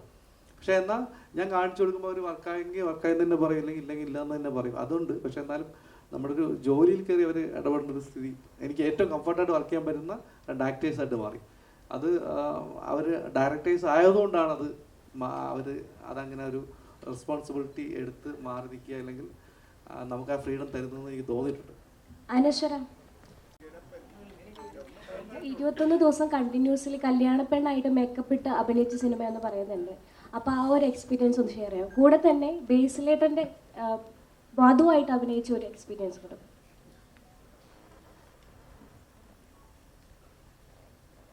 ഹലോ, ഹായ്, എല്ലാവർക്കും നമസ്കാരം. 21 ദിവസം നമ്മൾ ഈ ഗുരുവായൂർ സെറ്റ് ഇട്ടിട്ടാണ് നമ്മളത് ഷൂട്ട് ചെയ്തത്. അപ്പം ഫസ്റ്റ് ഡേ റെഡിയായി എല്ലാം സെറ്റായി. ഞാൻ ഭയങ്കര എക്സൈറ്റഡ് ആയിരുന്നു. കല്യാണ പെണ്ണ്, നല്ല കോസ്റ്റ്യൂം, നല്ല ജ്വല്ലറി, മുല്ലപ്പൂ, ഒക്കെ ഭയങ്കര എക്സൈറ്റഡ് ആയിരുന്നു. പിന്നെ രണ്ടാമത്തെ ദിവസം മൂന്നാമത്തെ ദിവസം മുതലേക്ക് മനസ്സിലായി പാളി. കാരണം പറ്റില്ല, പുറത്തിറങ്ങിയ ചൂട്, അകത്ത് കാരണം ഒരുപാട് ഈ പടത്തിൽ ആദ്യം തൊട്ട് അവസാനം വരെ ഒരുപാട് സീനിയർ ആയിട്ടുള്ള അല്ലെങ്കിൽ അല്ലാതെയും ഒരുപാട് ആർട്ടിസ്റ്റുകളുണ്ട്. അപ്പം എല്ലാവരും കൂടി ഒരുമിച്ച് വരുന്നതാണ് ഈ ക്ലൈമാക്സ് മൊത്തത്തിൽ, എല്ലാ ആർട്ടിസ്റ്റും. അപ്പം ക്ലൈമാക്സ് ആകുമ്പോൾ ഇവരെല്ലാവരെയും വെച്ച് ചെയ്യണം. അപ്പം നമുക്ക് അവിടെ വന്നിട്ട് നമ്മൾ കുറേ സമയം നമ്മൾ വെറുതെ ഇരിക്കേണ്ടി വരും ചിലപ്പോൾ. അപ്പം മിക്ക സമയങ്ങളിൽ നമ്മൾ ക്യാരവാനിൽ തന്നെ ആയിരിക്കും, അല്ലെങ്കിൽ ചില സമയം നമുക്ക് അവിടെ ഇരിക്കാൻ പറ്റില്ല, ബോറടിക്കും, പുറത്തേക്ക് ഇറങ്ങും. അപ്പം അങ്ങനെയായിരുന്നു ഷൂട്ട് പോയിക്കൊണ്ടിരുന്നത്. ചിലപ്പം നമുക്ക് ഉറങ്ങാൻ പറ്റില്ല, കാരണം എനിക്ക് ഇത്രയും സെറ്റ് വെച്ചുകൊണ്ട് ഉറങ്ങാൻ പറ്റില്ല, റെസ്റ്റ് എടുക്കാൻ പറ്റില്ല. ബട്ട് സ്റ്റിൽ പുറത്തേക്ക് ഇറങ്ങി ആ ഷൂട്ടൊക്കെ കാണുന്ന സമയത്ത് ഭയങ്കര രസമാണ്. കാരണം ആ ചെയ്യുന്ന രീതി, അതായത് എല്ലാം ഷൂട്ട് ചെയ്തേക്കുന്ന ഓർഡറിലായിരുന്നില്ല, ബട്ട് സ്റ്റിൽ ആ കണ്ടിന്യൂറ്റി ആദ്യം മുതൽ അവസാനം വരെ അത് പിടിച്ച് ചെയ്തു. അപ്പം അതൊക്കെ എനിക്കൊരു ന്യൂ എക്സ്പീരിയൻസ് ആണ്. ഇത്രയും വലിയൊരു സെറ്റിൽ ഇത്രയും സീനിയർ ആയിട്ടുള്ള ആൾക്കാർ കൂടി ചെയ്യാന്നുള്ളത് എനിക്ക് ഭയങ്കര ന്യൂ എക്സ്പീരിയൻസ് ആയിരുന്നു. സോ അത് ഞാൻ ഒരുപാട് എൻജോയ് ചെയ്തു. പിന്നെ ബേസിലേട്ടൻ്റെ വധു എന്ന് പറയുന്ന, വധു എന്ന് മാത്രമല്ല പേരായിട്ടാണെങ്കിലും എനിക്ക് ഭയങ്കര കംഫർട്ടായിരുന്നു ആളുടെ കൂടെ വർക്ക് ചെയ്യാൻ. ഇപ്പം നമ്മൾ എൻ്റെ സീൻ എടുത്ത് എൻ്റെ ക്ലോസ് ആണെങ്കിൽ കൂടി ആളെനിക്ക് അപ്പുറത്തിരുന്ന ആളുടെ ഡയലോഗ് എനിക്ക് ക്യാമറയുടെ ഇപ്പുറത്ത് എനിക്ക് ഡയലോഗ് പറഞ്ഞു തരും. സോ അത്രയും കംഫർട്ടബിൾ ആയിരുന്നു, അത്രയും സെറ്റായിരുന്നു എനിക്ക് ആളുടെ കൂടെ വർക്ക് ചെയ്യാൻ. അതേപോലെ ഇപ്പം എല്ലാവരുടെയും കൂടി മൊത്തത്തിൽ ഇപ്പം ഇവിടെ ഇരിക്കുന്ന എല്ലാ ആർട്ടിസ്റ്റിനെയും കൂടി എനിക്ക് ഒരുപാട് കാര്യങ്ങൾ പഠിക്കാനും നല്ല എക്സ്പീരിയൻസ് ആയിരുന്നു. അതേപോലെ എൻജോയ് ചെയ്തൊരു സിനിമയാണ് ഗുരുവായൂർ അമ്പലനടയിൽ. രാജേട്ടാ, കോമഡി ആയിട്ടുള്ള ക്യാരക്ടേഴ്സ് ആണെന്ന് പറഞ്ഞു കേട്ടിട്ടുണ്ട്. അപ്പം ഈ സിനിമ മല്ലികാമ്മേനെ എത്രത്തോളം സന്തോഷിപ്പിക്കും? അമ്മയ്ക്ക് ഭയങ്കര ഇഷ്ടപ്പെടാൻ സാധ്യതയുണ്ട് ഈ പടം. അല്ല, അമ്മയ്ക്ക് നല്ല ഇതൊരു അറ്റ്ലീസ്റ്റ് ഞാൻ പ്രതീക്ഷിക്കുന്നതാണ് കേട്ടോ. ഇപ്പം നാളെ റിലീസായിട്ട് അങ്ങനെ അല്ലല്ലോ എന്ന് നിങ്ങൾ പറഞ്ഞാൽ അങ്ങനല്ല. എനിക്ക് തോന്നുന്നത് ഈ സിനിമയുടെ ഏറ്റവും വലിയ ഒരു ക്വാളിറ്റി ആയിട്ട് ഞാൻ കാണുന്നത് ഈ ഹാപ്പി വ്യൂയിങ് ആണ് സിനിമ. നമ്മൾ കാണുമ്പോഴും കണ്ടു തീരുമ്പോഴും ഒക്കെ ഒരു സന്തോഷം തരുന്ന സിനിമയാണ്. ഈ ഡോപ്പമീൻ ഷോട്ട് എന്ന് പറയുന്ന പോലെ നമുക്ക് ഒരു സിനിമ കണ്ടു കഴിയുമ്പോൾ നമുക്കൊരു ഹാപ്പിയായി അല്ലേ. അപ്പോൾ അത് അങ്ങനത്തെ സിനിമകളാണ് പലപ്പോഴും ആൾക്കാർ വീണ്ടും കാണാൻ ഇഷ്ടപ്പെടുകയും ചെയ്യുന്നത്. Because you want to go back to how the film made you feel. അപ്പോൾ അത് അമ്മയ്ക്ക് മാത്രമല്ല, എനിക്ക് തോന്നുന്നു എല്ലാവർക്കും ഇഷ്ടപ്പെടാൻ സാധ്യതയുള്ളൊരു സിനിമയാണെന്നാണ് എൻ്റെ ഒരു ശുഭപ്രതീക്ഷ. അമ്മയ്ക്ക് പ്രത്യേകിച്ചും, കാരണം ഈ പറഞ്ഞാൽ അമ്മയ്ക്ക് ഞാൻ ഈ ലൈറ്റർ റോൾസ് ഒക്കെ ചെയ്യുന്നത് കാണാൻ ആണ് അമ്മയ്ക്ക് ഭയങ്കര ഇഷ്ടം. അമ്മയ്ക്ക് അമറക് ബ്രാൻഡനിയൊക്കെ ഭയങ്കര ഇഷ്ടമാണ്. അപ്പോൾ അമ്മ 16-ാം തീയതി അല്ലെങ്കിൽ റിലീസായ ഉടനെ ആദ്യ ദിവസങ്ങളിൽ തന്നെ സിനിമ കാണുമെന്ന് പ്രതീക്ഷിക്കുന്നു. എന്നിട്ട് അമ്മയോട് ചോദിക്കാം.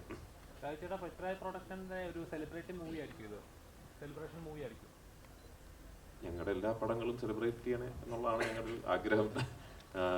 ഇത് അതെ, ഞാൻ ആ കാര്യത്തിൽ ഭയങ്കര അഭിമാനിക്കുന്നു. ഈ സിനിമ പൃഥ്വിരാജ് പ്രൊഡക്ഷൻസിന്റെ ബാനറിലാണ്, ഞങ്ങൾ കോ പ്രൊഡ്യൂസേഴ്സാണ് ഈ സിനിമയുടെ എന്നുള്ള കാര്യത്തിൽ ഞാൻ തീർച്ചയായിട്ടും അഭിമാനിക്കുന്നു. പൃഥ്വിരാജ് പ്രൊഡക്ഷൻസ് ഈ ജോണറിൽ ഉള്ളൊരു സിനിമ ആദ്യമായിട്ടാണ് ചെയ്യുന്നത്.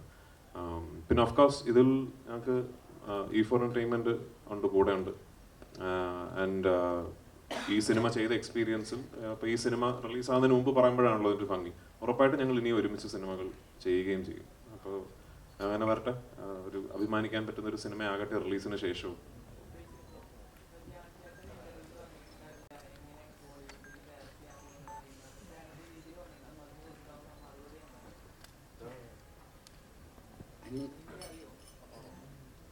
ഞാൻ ബോളിവുഡ് ചെയ്യാൻ പോകുന്ന ആര് പറഞ്ഞു? ഞാൻ പറഞ്ഞില്ലല്ലോ. അത് വെറുതെ അവന് ഹിന്ദി അറിയാം. ഞാൻ സുഗമ പരീക്ഷയ്ക്കൊക്കെ എനിക്ക് 100 മാർക്ക് കിട്ടിയിട്ടുണ്ട്. പഴയ പുലിയാളിയാണ്. ഇപ്പോൾ കുറച്ചുകൂടെ ഹിന്ദി സിനിമ കാണുന്ന ഒരാൾ. ഹിന്ദി മേ ബാത് കർണ ഹൈ ക്യാ?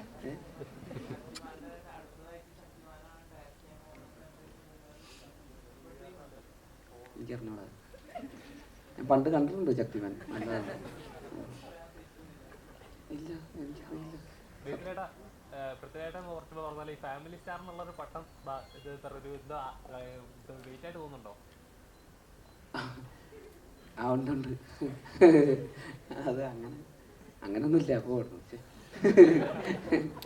ഭയങ്കര സീരിയസ് ആയി പോയല്ലോ. പൃഥ്വിരാജിന്റെ ഫിലിം അഭിനയിച്ചോണ്ടോ?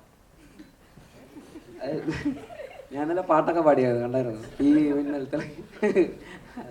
അങ്ങനെയൊന്നുമില്ല. ഇതിപ്പോൾ ഇങ്ങനെ എല്ലാവരും ഇങ്ങനെ സീരിയസ് ആയിട്ടിരിക്കുന്നതുകൊണ്ട് പിന്നെ ഉറക്കം കിട്ടിയില്ല ഇന്നലെ. അതിൻ്റെ ഒരു പ്രശ്നമുണ്ട്. നന്നായിട്ട് ഉറങ്ങിയിട്ടൊക്കെ വന്ന് ഭയങ്കര കോമഡിയാണ്.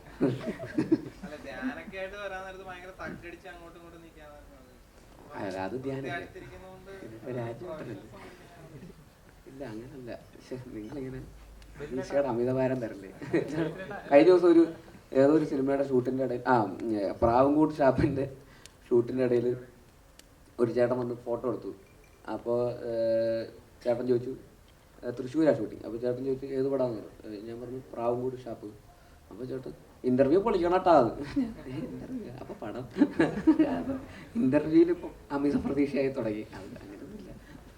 അതൊക്കെ ഒരു വൈബല്ലേ. നിഖില ചേട്ടൻ്റെ കൂടെ കുറേ സ്ലോ മോഷൻ സീൻസും കാര്യങ്ങളൊക്കെ ഉണ്ട് എന്ന് പറഞ്ഞിട്ടുണ്ടായിരുന്നു. അപ്പം രാജുവേട്ടൻ നിന്ന് ഒരു നടി എന്ന നിലയിൽ രാജുവേട്ടൻ നിന്ന് എന്തൊക്കെയാണ് പഠിക്കാൻ പറ്റുക?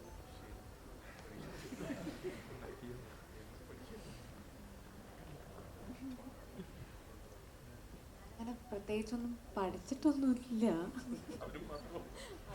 ഇല്ല, അങ്ങനെ പഠിക്കുക എന്നുള്ളതല്ല. നമ്മൾ ചില ആർട്ടിസ്റ്റുകളുടെ കൂടെ വർക്ക് ചെയ്യാനുള്ളത് ഭയങ്കര ഒരു ആഗ്രഹമായിരിക്കും. നമ്മൾ സിനിമയിൽ വന്നിട്ട് എൻ്റെ ഫസ്റ്റ് ടൈം അസോസിയേഷനാണ്. അപ്പം എനിക്ക് അതൊരു വലിയ സന്തോഷമുള്ളൊരു കാര്യമായിരുന്നു. പഠിക്കാനുള്ളൊരു സ്പേസൊന്നും വിപിനേട്ടൻ തന്നിട്ടില്ല. ഒരുപാട് സീനുകളും ഡയലോഗുകളൊക്കെ ഉള്ളതുകൊണ്ട് അത് പഠിക്കേണ്ടതുകൊണ്ട് മറ്റേതെനിക്ക് പറ്റിയിട്ടില്ല.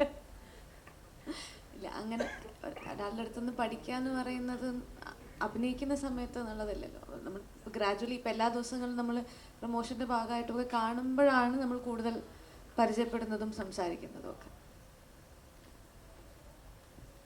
പൃഥ്വിരാജിനെ ബേസിക്കലി ഒരുമിച്ച് അഭിനയിക്കാൻ നേരത്ത് ഒരുപാട് നേരം കൂടെ കിട്ടിയല്ലോ ബേസ്. അപ്പോൾ ഒരു കഥ പറയാനൊക്കെ ട്രൈ ചെയ്തു, അല്ലെങ്കിൽ മാത്സങ്ങളൊക്കെ പഠിച്ചു? മാനറിസം ഇല്ല, അങ്ങനെ കഥ ഇല്ല. പക്ഷെ എനിക്കിങ്ങനെ ഒരുപാട് ചോദ്യങ്ങളൊക്കെ ചോദിക്കാനുണ്ടായിരുന്നു. എനിക്ക് ആദ്യമൊക്കെ നമുക്ക് ഒരു പേടി ഉണ്ടാവുമല്ലോ. ഇപ്പോൾ അല്ലേ, ഞാനും അങ്ങനെ അധികം മുമ്പ് ഞാൻ സംസാരിച്ചിട്ടൊന്നുമില്ല. എല്ലാവരെയും പോലെയൊക്കെ തന്നെയാണ് വിമാനത്തിന്റെ സംഗതി എല്ലായിടത്തും പറയുന്നുണ്ടല്ലോ, സെൽഫി എടുക്കാൻ പോയതാണ്. ഞാൻ ഒരു ഫോട്ടോ എടുക്കാൻ വേണ്ടി പോയതാ. അപ്പൊ അന്ന് ഒരു പ്രാവശ്യം, ഈ സിനിമയ്ക്ക് മുമ്പ് ഒറ്റ പ്രാവശ്യം ഞാൻ രാജുവേട്ടനെ കണ്ടിട്ടുള്ളൂ. അത് വിമാനം എന്ന് പറയുന്ന സിനിമയുടെ സെറ്റിൽ ഞാൻ അതുവഴി പോയപ്പോൾ ഒരു ഫോട്ടോ എടുത്തിട്ടുണ്ട്. അല്ലാതെ നമ്മൾ സിനിമയിലൊക്കെ ഇവിടെ പറയേണ്ട കാര്യം. അപ്പോൾ അങ്ങനെ അപ്പോൾ ഞാൻ ഭയങ്കര ഫാനാണ്. അപ്പോൾ അത് കാരണം ഇതിൻ്റെ സെറ്റിൽ വന്നപ്പോൾ ഞാനും സിനിമയിലൊക്കെ കണ്ടിട്ടുള്ള, അല്ലെങ്കിൽ ഇൻ്റർവ്യൂസിലൊക്കെ കാണുന്ന, അല്ലെങ്കിൽ റീലിലൊക്കെ കാണുന്ന രാജുവേട്ടനാണ് എൻ്റെ മുമ്പിൽ. അപ്പോൾ എനിക്കും കുറച്ച് പേടിയുണ്ട്. മോണിറ്ററിൻ്റെ പുറകിൽ ഇങ്ങനെ ഇരിക്കുന്നത്, നമ്മളൊക്കെ കൂടെ ഇങ്ങനെ ഗ്യാങ്ങാണല്ലോ, അങ്ങനെയൊക്കെയാണ്, അങ്ങനെയൊക്കെയാണ്. അപ്പം ആദ്യമൊക്കെ അങ്ങനെയായിരുന്നു. പിന്നെ നമ്മുടെ ഒരേ വൈബാന്ന് മനസ്സിലായി. പിന്നെ ഭയങ്കര കോമഡിയായിരുന്നു, തമാശയൊക്കെ പറയും. അങ്ങനെ ടിപ്സോ അല്ല, ഞാൻ ഇങ്ങനെ ചോദിക്കും. അല്ല, ഞാൻ നേരത്തെ പറഞ്ഞില്ലേ, എനിക്ക് രാവിലെയും കൂടെ ചോദിച്ചതേ ടിപ്പ് ചോദിക്കല് തന്നെ, ഫുൾ ടൈം ടിപ്സ്. അപ്പോൾ അല്ല എനിക്കിതൊക്കെ എങ്ങനെയാണ് ഇതെല്ലാം കൂടെ മാനേജ് ചെയ്ത് കൊണ്ടുപോകുന്നത്, എങ്ങനെയാണ് ഇതിൻ്റെ ഒരു സിനിമ എന്ന് മാത്രം ആലോചിച്ചുകൊണ്ട് ജീവിക്കുന്ന ഒരാളാണല്ലോ ഫുൾ ടൈം സിനിമ. ഒരുപാട് ഇൻ്റർവ്യൂസിലൊക്കെ സംസാരിക്കുന്നതും അദ്ദേഹത്തിൻ്റെ ഒരു വിഷൻ, ഒരു മലയാള സിനിമയെ റെപ്രസെൻ്റ് ചെയ്യുന്നു, ഒരു ബ്രാൻഡ് അംബാസഡർ എന്നൊക്കെ രീതിയിൽ പുറത്തേക്ക് അതിനൊക്കെ. അപ്പോൾ ഇതൊക്കെ അങ്ങനത്തെ ആസ്പിറേഷൻസ് ഉള്ള ഒരാൾ. അപ്പോൾ ഇതൊക്കെ എനിക്കും ഭയങ്കര, ഞാനും അങ്ങനെ കുറച്ച് അംബീഷ്യസ് ഒക്കെ ഉള്ള ഒരാളാണ്. അപ്പോൾ എനിക്കും ഈ പറയുന്നത് ഭയങ്കര റിലേറ്റബിൾ ആണ് അങ്ങനത്തെ കുറേ കാര്യങ്ങളൊക്കെ. അപ്പോൾ എനിക്കും ആഗ്രഹമുണ്ട് ഇതൊക്കെ എങ്ങനെയാണ് ഇതൊക്കെ കൂടെ മാനേജ് ചെയ്ത് എങ്ങനെയാണ് കൊണ്ടുപോകുന്നത്, കണ്ടിന്യൂസ്ലി ഇങ്ങനെ കൺസിസ്റ്റൻ്റ് ആയിട്ട് ഇതെല്ലാം മാനേജ് ചെയ്ത്. പിന്നെ അവിടെ എങ്ങനെയാണ്, അവിടുത്തെ വർക്കിംഗ് എങ്ങനെയാണ്, ഇവിടെ എങ്ങനെയാണ്, ഇവിടുത്തെ സ്റ്റൈൽ എങ്ങനെയാണ്, ഇങ്ങനെയൊക്കെ ആയിട്ട്. പിന്നെ പഴയ കഥകൾ, ഒരുപാട് സിനിമകളിലെ കഥകളും തമാശകളൊക്കെ അങ്ങനെയൊക്കെ. ഇപ്പോൾ ചെറിയ പ്രായത്തിൽ സിനിമയിൽ അഭിനയിക്കാൻ തുടങ്ങിയ ഒരാളെന്നുള്ള രീതിയിൽ ഇത്രയും വർഷത്തെ എക്സ്പീരിയൻസ് ഉണ്ടല്ലോ. അപ്പോൾ ഫിലിമിൽ ഷൂട്ട് ചെയ്യുന്നു, ഡിജിറ്റലിലേക്ക് വന്നപ്പോൾ അത് ഷൂട്ട് ചെയ്യുന്നു, പല പല ആർട്ടിസ്റ്റുകളുടെ കൂടെയും പല ഡയറക്ടേഴ്സിൻ്റെ കൂടെയൊക്കെ ഒരുപാട് സിനിമകൾ വർക്ക് ചെയ്തിട്ടുണ്ട്. തെലുങ്കിൽ ചെയ്യുന്നു, ഹിന്ദിയിൽ ചെയ്യുന്നു, അങ്ങനെ പല ഭാഷകളിൽ ചെയ്യുന്നു. അപ്പോൾ എല്ലാത്തിനെ കുറിച്ച് നമുക്ക് കുറേ കാര്യങ്ങൾ, കഥകളൊക്കെ ചോദിക്കാനുണ്ട്. അതൊക്കെ എങ്ങനെയാണ് ഇതിൻ്റെ പരിപാടി, ഇങ്ങനെയാണ് പ്രശ്നം, ഇങ്ങനെയൊക്കെ നമുക്ക്. അപ്പോൾ അങ്ങനെ ഒരുപാട് ചോദിക്കാനുണ്ട് ആക്ച്വലി. അപ്പോൾ അങ്ങനെ ഞങ്ങൾ ഇടയ്ക്കിടയ്ക്ക് ഇങ്ങനെ ഞാൻ ടിപ്സ് ചോദിക്കാറുണ്ട്. എനിക്ക് ബേസിൽ ഒരുപാട് വർക്കൊക്കെ ചെയ്ത് ഇങ്ങനെ ടയർഡൊക്കെ ചെയ്തില്ലെങ്കിൽ ഒരുപാട് കാര്യങ്ങളൊക്കെ ഏറ്റെടുത്ത് ചെയ്യാൻ നേരത്ത് വിനീത് ശ്രീനിവാസ് ഇടയ്ക്ക് വിളിച്ചിട്ട് ചോദിക്കും, എടാ നീ ഓക്കെ അല്ലേ എന്നിങ്ങനെ ചോദിക്കുമെന്ന് പറഞ്ഞിട്ടുണ്ട്. അതൊക്കെ നമ്മുടെ പൃഥ്വിക്ക് പറ്റിയ സംഗതിയാ, ഈ എല്ലാം കൂടെ ആ പരിപാടിയാണോ ഈ പറഞ്ഞിരുന്നത്? പറഞ്ഞു വിനീതേട്ടൻ പറഞ്ഞു. അതായത് വിനീതേട്ടൻ ഈ പറയുന്ന പോലെ ഞാൻ കുറേ എല്ലാം കൂടെ ആയിട്ട് ഞാൻ ഭ്രാന്തായിട്ടിരിക്കുമ്പോൾ ഒരു വിനീതേട്ടൻ എൻ്റെ അടുത്ത് വിളിച്ചിട്ട് ഒരു ദിവസം, എടാ നീ ഓക്കെ ആണോ, എല്ലാവരും എന്തെങ്കിലും ഡേറ്റ് മറ്റേത് അതപ്പോൾ ഇപ്പോൾ ഇങ്ങനെയൊക്കെയാണല്ലോ ചോദിക്കുക. അപ്പോൾ ഒരാൾ പെട്ടെന്ന് ഓക്കെ അല്ലേ എന്ന് ചോദിച്ചപ്പോൾ എനിക്ക് ഭയങ്കര അങ്ങനെയൊക്കെ ആൾക്കാർ ഓക്കെ, അത് ഭയങ്കര ഇതായിരുന്നു. അപ്പോൾ അതിനെക്കുറിച്ച് വിനീതേട്ടൻ ഒരു ഇൻ്റർവ്യൂവിൽ പറഞ്ഞു. അപ്പോൾ അതിൽ വിനീതേട്ടൻ സംസാരിച്ച എല്ലാവർക്കും പൃഥ്വിരാജ് ആവാൻ പറ്റൂല്ലോ, അതുകൊണ്ട് ഞാൻ അവൻ്റെ അടുത്ത് ഓക്കെ ആണോ എന്ന് ഞാൻ ചോദിച്ചു എന്ന് അങ്ങനെ പറഞ്ഞായിരുന്നു. അപ്പോൾ അതൊക്കെ തന്നെയാണ് എനിക്കും അറിയുന്നത്, എങ്ങനെയാണ് അങ്ങനെ ആവുന്നത്.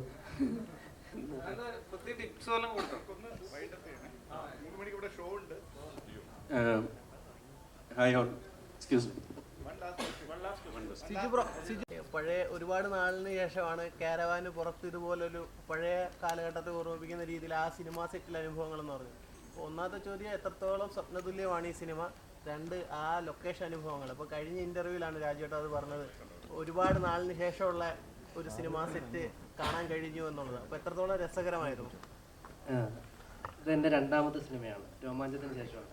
രണ്ടാമത്തെ സിനിമയിൽ എനിക്ക് ഇവരുടെയൊക്കെ അടുത്തിരിക്കാൻ പറ്റുന്നതും സ്വപ്നം പോലും കണ്ടിട്ടുള്ളതല്ല. എത്രയോ പേരൊക്കെ എത്രയോ പടങ്ങൾക്ക് ശേഷമായിരിക്കും അവർക്കൊക്കെ ഇത് കിട്ടുന്നത്. പക്ഷേ അത് രാജേട്ടനും ബിജേട്ടനും ഇവരൊക്കെ നമ്മളെ പരിഗണിക്കുന്നതാണല്ലോ ഇവിടെ വന്നിരിക്കാനും പറ്റുന്നതും നിങ്ങൾക്ക് ഇപ്പം എന്നോട് ചോദ്യം ചെയ്യാൻ പറ്റുന്നതല്ല. പിന്നെ ലൊക്കേഷനുള്ള എക്സ്പീരിയൻസ് എന്ന് വെച്ച് കഴിഞ്ഞാൽ വിപിൻ ചേട്ടൻ ഭയങ്കര സപ്പോർട്ടീവാണ്. നമുക്ക് പേടിയുണ്ട്, കാരണം ഇവരൊക്കെ ഭയങ്കര സീനിയർ ആർട്ടിസ്റ്റുകളാണ്. പക്ഷേ വിപിൻ ചേട്ടൻ എപ്പോഴും നമ്മുടെ അടുത്ത് അവരെപ്പോഴും നമ്മളെപ്പോഴും കംഫർട്ടാക്കി തന്നെ നിർത്തും, അടിപൊളിയായിട്ട് തന്നെ നിർത്തും. പിന്നെ ഞാനും സാഫ്, ജോമോന്, അശ്വിന് ഞങ്ങളായിരുന്നു ഒരു ഗ്യാങ്ങായിട്ട് പോയിക്കൊണ്ടിരുന്നത്. അപ്പം പടം കാണുമ്പോഴേ നിങ്ങൾക്കത് മനസ്സിലാവും. അപ്പം അടിപൊളിയാണ്, സ്വപ്നതുല്യം അതിനപ്പുറമൊക്കെയാണ് പറയാൻ പറ്റും. സർ, ബ്ലെസ്സി സർ ഒരു അതിനു മുമ്പ് ആടുജീവിതം തിയേറ്ററിൽ കണ്ട് സ്പീച്ച്ലെസ് ആയിട്ടുള്ള ഒരാളാണ്. ഗ്രേറ്റ്. ബ്ലെസ്സി സർ ഒരു ഇൻ്റർവ്യൂവിൽ മാതൃഭൂമിയുടെ ഒരു ലിറ്ററേച്ചർ ഫെസ്റ്റിവൽ പറഞ്ഞു, പൃഥ്വിരാജ് എന്ന് പറയുന്ന ആക്ടറുടെ കണ്ണുകളിൽ എപ്പോഴും ഒരു തിളക്കം ഉണ്ടാവും. ആടുജീവിതത്തെ കാസ്റ്റ് ചെയ്യുമ്പോൾ ആ തിളക്കം മാറ്റുക എന്നുള്ളതായിരുന്നു എൻ്റെ ഏറ്റവും വലിയ ചലഞ്ച്. ആടുജീവിതം കഴിഞ്ഞിട്ട് പിന്നീട് ക്യാരക്ടേഴ്സ് സെലക്ട് ചെയ്തപ്പോൾ ഇതിൽ നമ്മുടെ ഗുരുവായൂരെ പോലെയുള്ള ക്യാരക്ടേഴ്സ് വരുമ്പോൾ അതിൽ നിന്ന് മറ്റ് ക്യാരക്ടേഴ്സിലേക്ക് മാറാനൊരു ബുദ്ധിമുട്ടുണ്ടായോ? ഒരു ചലഞ്ചിങ് ആയിരുന്നു ഇത്. എനിക്ക് ആക്ടേഴ്സ് ജനറലി ഒരു സിനിമ കഴിയുമ്പോൾ, കുറച്ച് സിനിമകൾ ചെയ്ത് കഴിയുമ്പോൾ, ഒരു സിനിമ ചെയ്ത് കഴിഞ്ഞിട്ട് ആ ക്യാരക്ടറുമായിട്ട് അങ്ങ് ഡിസസോസിയേറ്റ് ചെയ്യാൻ പഠിക്കും. നമ്മൾ സബ് കോൺഷ്യസ്ലി നമ്മൾ പഠിക്കും. ഇപ്പോൾ ഗുരുവായൂരമ്പല നടയിൽ കഴിഞ്ഞിട്ട് ഞാൻ സംവിധാനം ചെയ്യുന്ന സിനിമയിൽ ഞാനൊരു ചെറിയ വേഷം ചെയ്യുന്നുണ്ട്. അപ്പോൾ എനിക്ക് ആനന്ദൻ അങ്ങനെ ആ സമയത്തുള്ള കാര്യങ്ങളൊക്കെ എൻ്റെ മനസ്സിന് സബ് കോൺഷ്യസ്ലി ഒരു എഫേർട്ട് എടുക്കാതെ തന്നെ അത് പോകും. പക്ഷെ ആടുജീവിതത്തിനെ സംബന്ധിച്ചിടത്തോളം മറ്റ് സിനിമകളെ പോലെ അല്ല. കാരണം ഒരു 10-16 വർഷക്കാലം ആ സിനിമയ്ക്കൊപ്പം യാത്ര ചെയ്തത് കൊണ്ട് അങ്ങനെ ഫുള്ളി അതങ്ങ് ഡിസസോസിയേറ്റ് ചെയ്തിട്ട് ഇനി ഇല്ല എന്നുള്ളൊരു ഇപ്പോഴും ചില സമയങ്ങളിലൊക്കെ ഞാൻ ആ കഥാപാത്രത്തെ കുറിച്ചൊക്കെ ഇനിയിപ്പോൾ ചിന്തിച്ചിട്ട് കാര്യമൊന്നുമില്ല, കാരണം സിനിമ റിലീസായി. പക്ഷെ എന്നാലും ചിലപ്പോൾ ചിന്തിക്കാറൊക്കെ ഉണ്ട്. എങ്ങനെ മറ്റൊരു ക്യാരക്ടറിലേക്ക് പോകുന്നു എന്ന് ചോദിച്ചാൽ, നമ്മൾ ആ പുതിയ കഥാപാത്രത്തിലേക്കും പുതിയ തിരക്കഥയിലേക്കും അടുത്ത സംവിധായകന്റെ വിഷനിലേക്കും പൂർണ്ണമായി നമ്മൾ ആസ് എൻ ആക്ടർ സബ്മിറ്റ് ചെയ്യുക, അതിലേക്ക് സറണ്ടർ ചെയ്യുക എന്നുള്ളതാണ്. അപ്പോൾ അതാണ് ഞാൻ എല്ലാ സിനിമകൾക്കും ചെയ്യാൻ ശ്രമിക്കുന്നത്. എനിക്ക് ഇപ്പോൾ ആനന്ദൻ എന്ന് പറഞ്ഞ ഈ ഗുരുവായൂരമ്പലനടയിൽ കണ്ടിട്ട് ആനന്ദനിൽ നജീബിലിന്റെ കുറച്ച് കാര്യങ്ങളുണ്ടല്ലോ എന്ന് പ്രേക്ഷകർക്ക് തോന്നിയാൽ അത് എൻ്റെ പേഴ്സണൽ ഫെയിലിയർ ആയിട്ടാണ് ഞാൻ കരുതുന്നത്. അങ്ങനെ ഉണ്ടാവാൻ പാടില്ലല്ലോ, അങ്ങനെ ഉണ്ടാകാതിരിക്കട്ടെ എന്ന് കരുതുന്നു. ഇവർക്ക് ഷോ തുടങ്ങാറായത് മുമ്പ് പറഞ്ഞിട്ടുണ്ടായിരുന്നു അൽഫോൺസ് പുത്രന്റെ മേക്കിംഗ് വളരെ പുതുമയുള്ളതാണെന്ന് പറഞ്ഞിട്ടുണ്ടായിരുന്നു. അപ്പോ വിപിൻ ദാസിനെ പറ്റി എന്താ ആ ഒരു അഭിപ്രായം? വിപിന്റെ മേക്കിങ്ങും വളരെ പുതുമയുള്ളതാണ്. അല്ല, വിപിൻ ബേസിക്കലി ഒരു എഡിറ്ററാണ്, അൽഫോൺസിനെ പോലെ തന്നെ. അപ്പൊ അതുകൊണ്ട് അവർക്ക് ഈ അവർ പറയുന്ന കഥയുടെ നെറേറ്റീവിന്റെ സ്ട്രക്ചർ നമ്മൾ സ്ക്രിപ്റ്റ് വായിക്കുന്ന പോലെ ആയിരിക്കില്ല അവരുടെ സ്ട്രക്ചർ. അപ്പോൾ അത് വിപിന്റെ സിനിമകളിൽ ഒരു സീൻ ഷൂട്ട് ചെയ്യുമ്പോൾ അതിന്റെ ഇന്റർകട്ട് ആയിട്ട് മറ്റൊരു സീനിലെ ഒരു ഷോട്ട് വരിക, ആ ഷോട്ടിന്റെ ഒരു റിയാക്ഷൻ പോലെ വരുന്നത് വേറൊരു ഇവന്റിന്റെ റിയാക്ഷൻ ആയിരിക്കും, എന്നിട്ട് തിരിച്ച് ഈ സീനിലെ. അപ്പൊ അങ്ങനത്തെ ഒരു നെറേറ്റീവ് ഒരു സ്ട്രക്ചർ ഉണ്ടാക്കുന്നതിൽ വിപിൻ ഭയങ്കര മിടുക്കനായിട്ട് എനിക്ക് തോന്നിയിട്ടുണ്ട്. ആ രീതിയിൽ പറഞ്ഞതുകൊണ്ടാണ് ഗുരുവായൂരമ്പലനടയിൽ എന്ന സിനിമ ഇന്ന് എനിക്ക് ഇത്ര എന്റർടൈനിങ് ആയിട്ട് തോന്നുന്നത്. അപ്പൊ തീർച്ചയായിട്ടും അത് വിപിന്റെ ഒരു കഴിവ് തന്നെയാണ്. എനിക്കൊന്ന് ഒരു ഗെറ്റ് ഔട്ട് എന്ന് പറഞ്ഞു.